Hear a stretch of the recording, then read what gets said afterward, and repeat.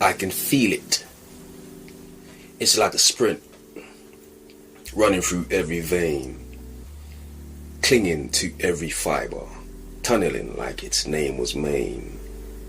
Cryptic with the craze, chaos in every phase, staring at the moon, trying to be cryptic with the praise, heat seeking with the laze, eyes raised, wait for the retina to reach the sweetest place, where stimulus is soothing while pondering as I look in every case. Hello everyone, welcome back to Poetry Journal Podcast. I am your host, Alex Murder. Hope everyone's doing well and feeling positive today. You know, feeling good, looking good, and just wanted to was looking forward to doing this episode. So hope everyone's doing well, and without any further delay, what I read there was a piece of the piece from something I wrote recently, and as you know how I like to do it, so I'll read the full quote now, and then I'll break it down for you, and hopefully what I'm saying can resonate with you, and something to take away. Okay, here we go. I can feel it. It's like a sprint, running through every vein, clinging to every fiber, tunneling like its name was Maine, cryptic with the craze, chaos in every phase, staring at the moon, trying to be cryptic with the praise, heat seeking with delays, eyes raised, waiting for the retina to reach the sweetest place, where stimulus is soothing while pondering as I look in every case. Ego on flip-flop, mode on recovery, can't wait to travel every space, where the glass ceilings are hinting, just telling of great beyond, of the great beyond, like the heavenly sort of place, reaching for the star while my feet are grasping for decay, the carcass that once exists. Air particles linger with extra laced, smelling the sticky tape of off-settling life travels, smitten by perseverance, smitten by experience, seeking for the space with extra grace, creeping between them, the past and present mistakes, hoping for a better me while doing for a better day. No such thing as a special place. When the world is yours, no need to ask if tomorrow's task is one that you should take.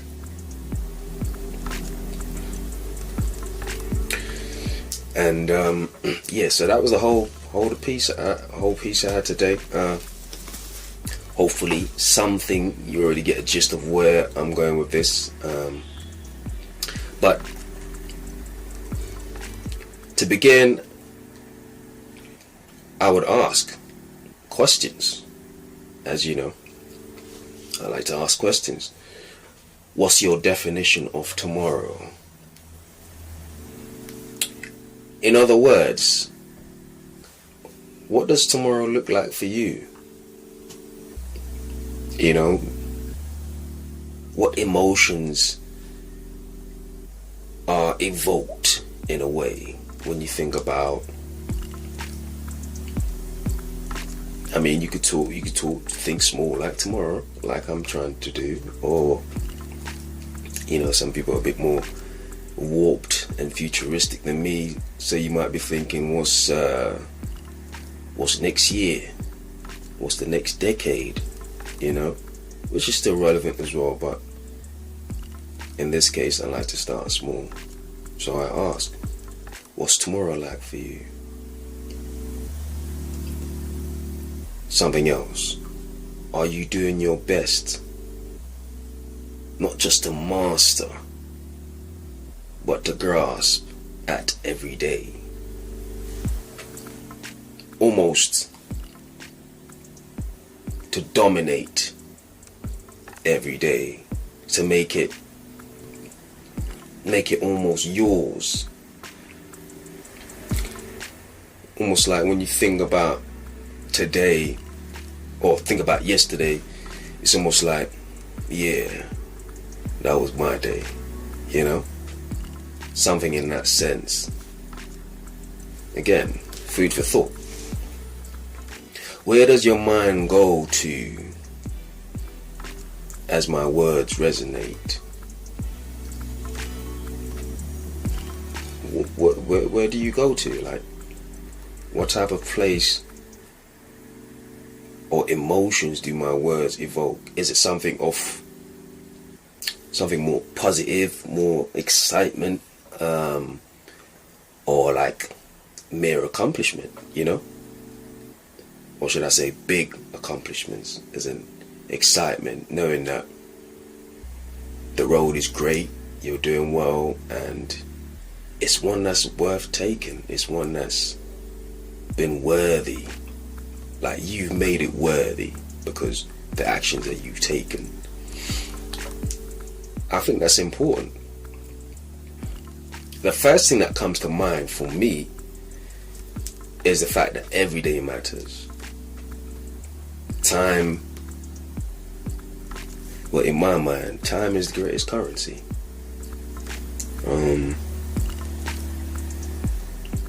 One could argue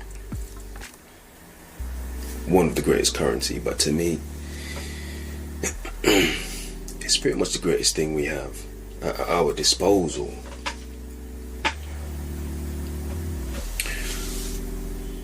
What's your take on time, and how do you go about utilizing such tools of sorts? What's your take on utilizing time and space pertaining to what it entails for you? Do you have a plan? Do you believe in planning? You know, what's your philosophy on growth pertaining to time? These are things that are, I think, critical questions when you want to make the best of what you have. Not just life, but, or should I say, life in the bigger picture, but life when you think about if you're a personality of somebody that's thorough, like every day matters, every second time matters. And I guess maybe I'm one of those people where, and that's why I'm asking these questions. So, and you know, we can all learn from each other, so I guess I'm curious. These are the question that comes to mind when I ponder such factors pertaining to the inspiration behind creating the piece overall, including this quote. You know, I think it speaks to pardon me, the need to the journey, the need to ensure when it's all said and done,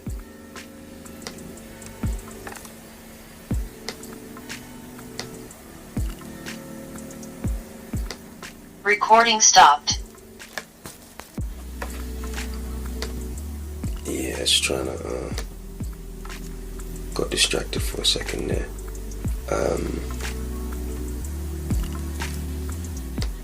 Recording in progress. Yeah, so yeah, I think it speaks to the need, well, to the journey, the need to ensure that when it's all said and done, it was worth it.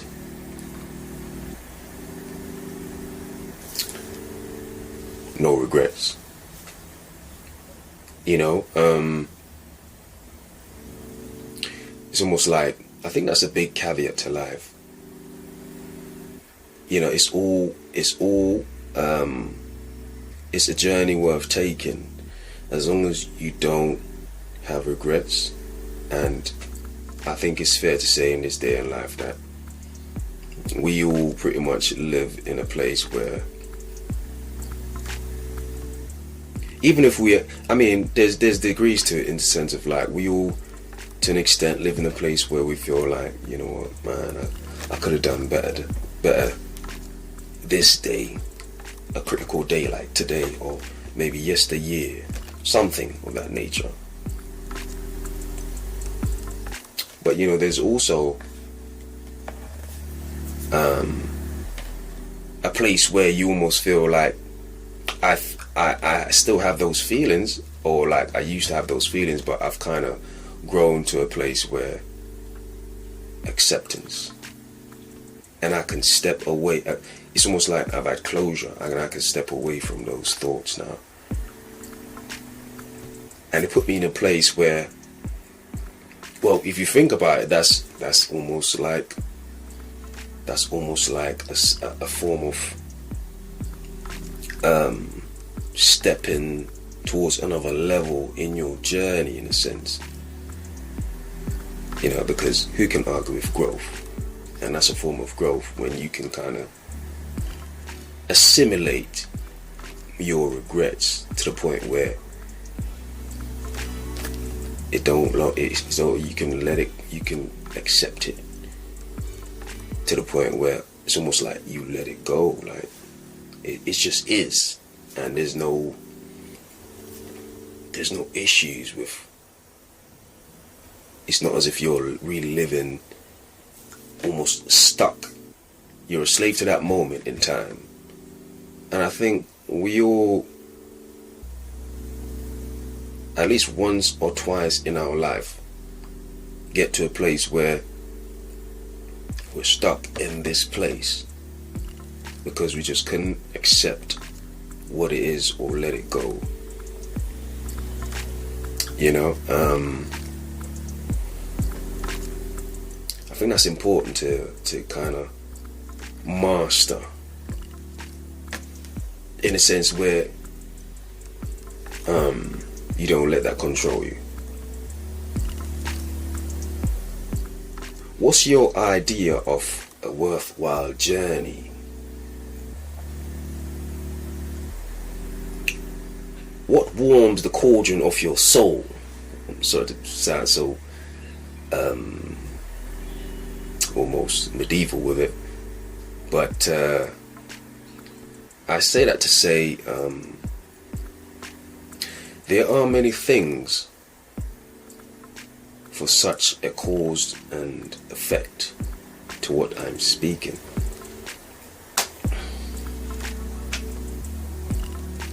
For example, love. Wait, let me break down this question first. What's your idea of a worthwhile journey?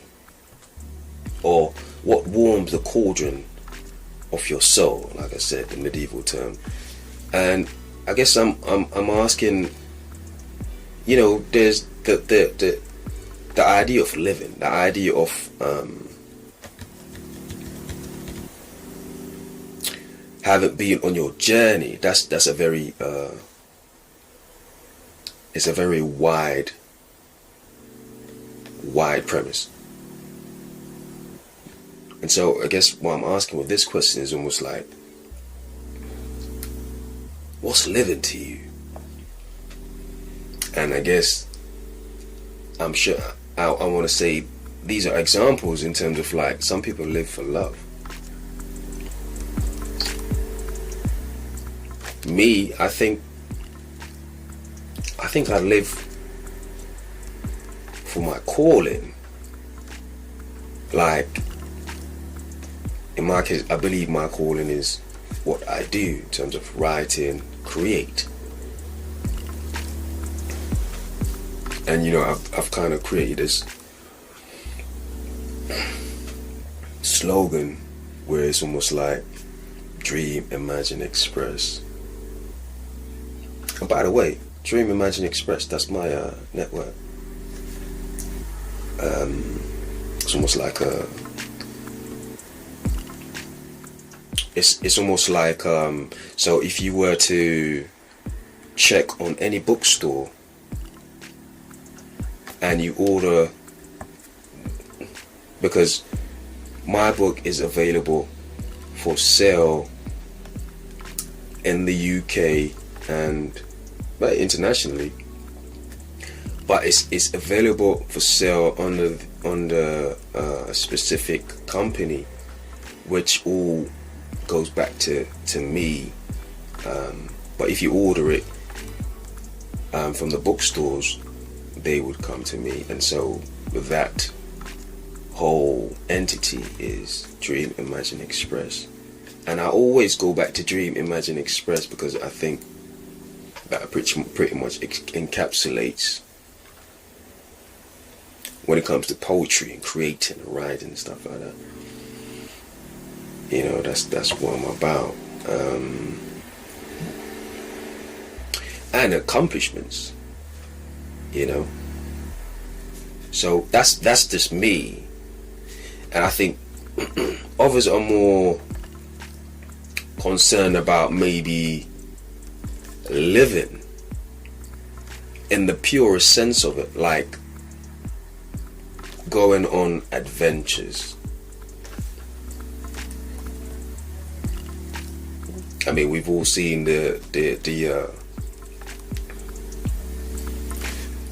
Indiana Jones films, just going on in India, jumping, just like archaeology and all that nonsense where you're jumping through the caves and all that crazy stuff, which is just an idea of it, but that's an adventure. Like, people live for that, or jumping out of a plane or something like that, which is something I think I want to do one day. Like a skydiving. Yeah, but that's kind of like the idea that I'm trying to go for.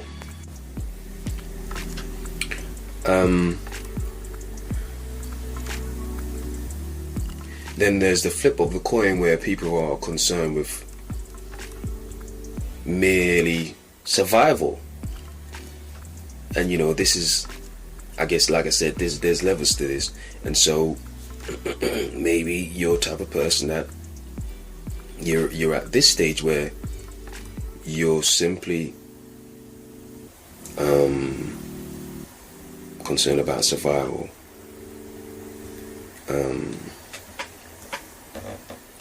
which is more of a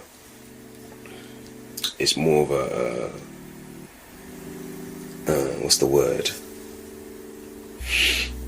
More of a bland way to kind of, perceive life and what it's about, kind of thing. But the spectrum varies again like that. But in any case, because in the end, I'm sure I say all this to say, because in the end, and I'm sure I've mentioned this before, I tend to live by this premise. And the quote would be, all we have in this world truly are moments. One could argue that it is the only thing we could take with us when we do transition from life, as we say, or pass on. There's various euphemism for dying, but it all means the same thing. And this is all to make the point that tomorrow is not promised. live for today and whatever makes the journey of life worthwhile taking, not only taking but continuing for you. I would like to hope that anybody listen to this, that's really the message I'm trying to give. Pardon me. But yes, for sure. And but thanks everyone for tuning in, and it's always a pleasure speaking about what I do, my work, and I hope to share the same enjoyment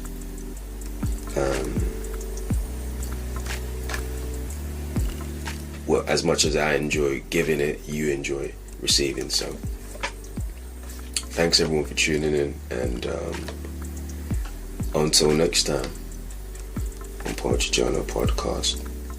Oh, P.S. Before I go, I just want to let everyone know that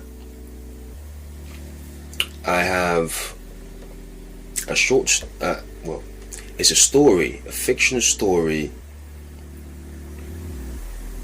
Well, we all know about Into the Abyss, and I finally managed to get the audiobook. I created an audiobook, and I finally managed to get the audiobook for sale on Spotify. It's called Into the Abyss, the generic spelling, Into the Abyss by Alex Murdoch. I would love for anybody to reach out and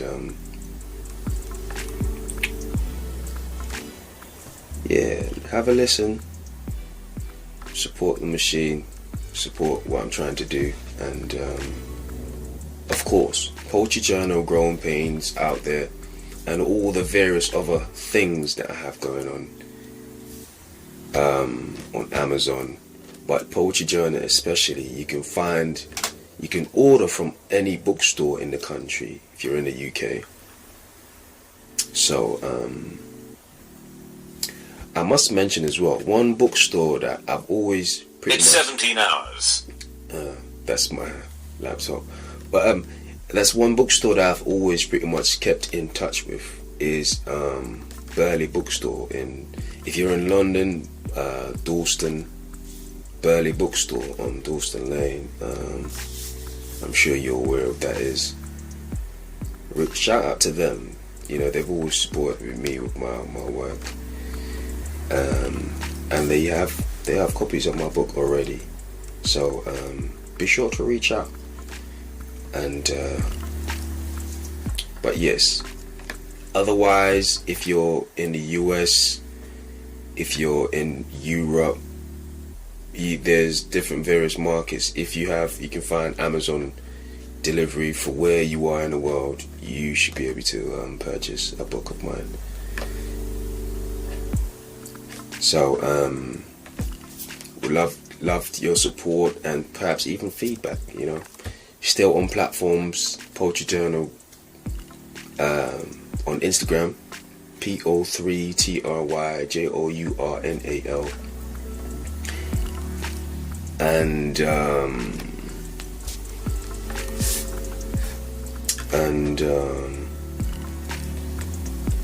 what do I call it? Yes, and